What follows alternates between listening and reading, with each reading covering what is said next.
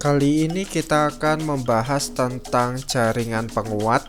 Jadi mungkin kalau di beberapa buku yang lain namanya bukanlah jaringan penguat, tapi jaringan penyokong. Jaringan penyokong itu disebut juga dengan jaringan penguat karena memiliki dinding sel yang tebal dan kuat. Sekarang coba kita baca. Pernahkah Anda perhatikan mengapa tumbuhan bisa berdiri tegak? Jawabannya adalah tumbuhan bisa berdiri dengan tegak karena adanya jaringan penguat. Selain itu, jaringan penguat itu juga berfungsi untuk menyokong bagian-bagian tumbuhan, misalnya daun dan batang.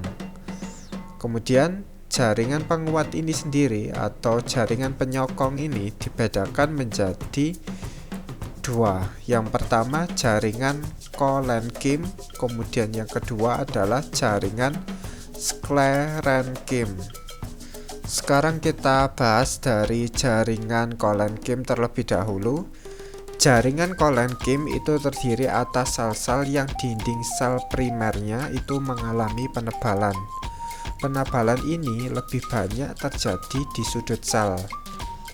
Jaringan Colenkym itu terletak di sebelah dalam jaringan epidermis. Sekarang kita coba perhatikan gambar ini. Yang A ini adalah sayatan memanjang sel Colenkym. Kemudian yang B ini adalah sayatan melintang sel Colenkym. Kemudian yang C ini adalah sayatan melintang jaringan Colenkym. Dinding sel-sel Colenkym itu tersusun atas selulosa dan asam pektat. Jaringan ini biasanya mendukung pertumbuhan akar, daun, tangkai daun, dan batang yang sedang mengalami proses pemanjangan atau elongasi.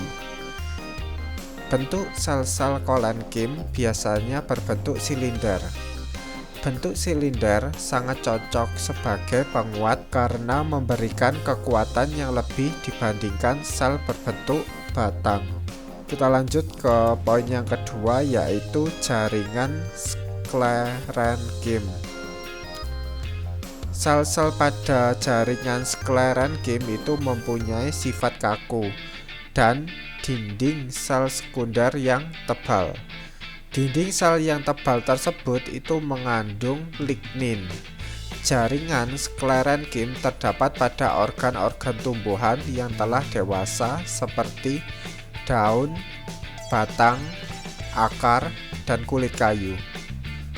Jaringan Sclerenkym itu terdiri atas sclereid dan serabut Sclerenkym atau fiber. Sclereid ini kurang L ya. Sclereid itu memiliki bentuk yang bermacam-macam. Bentuk tersebut menunjukkan fungsinya.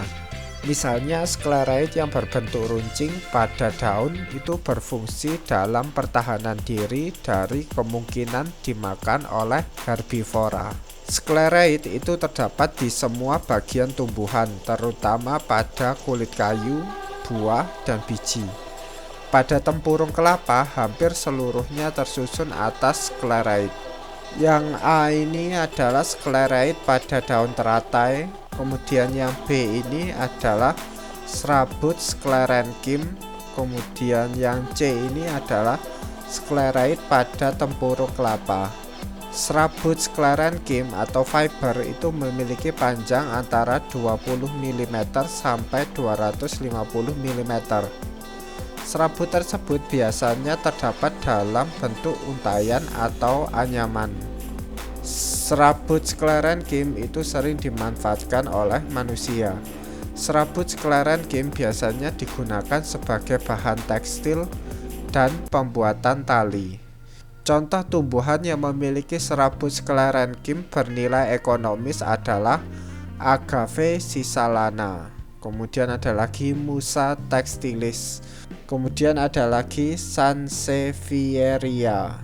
Pada video selanjutnya saya akan membahas tentang jaringan pengangkut yang terdiri atas xilem dan phloem. Anda bisa klik videonya di sebelah kiri video ini.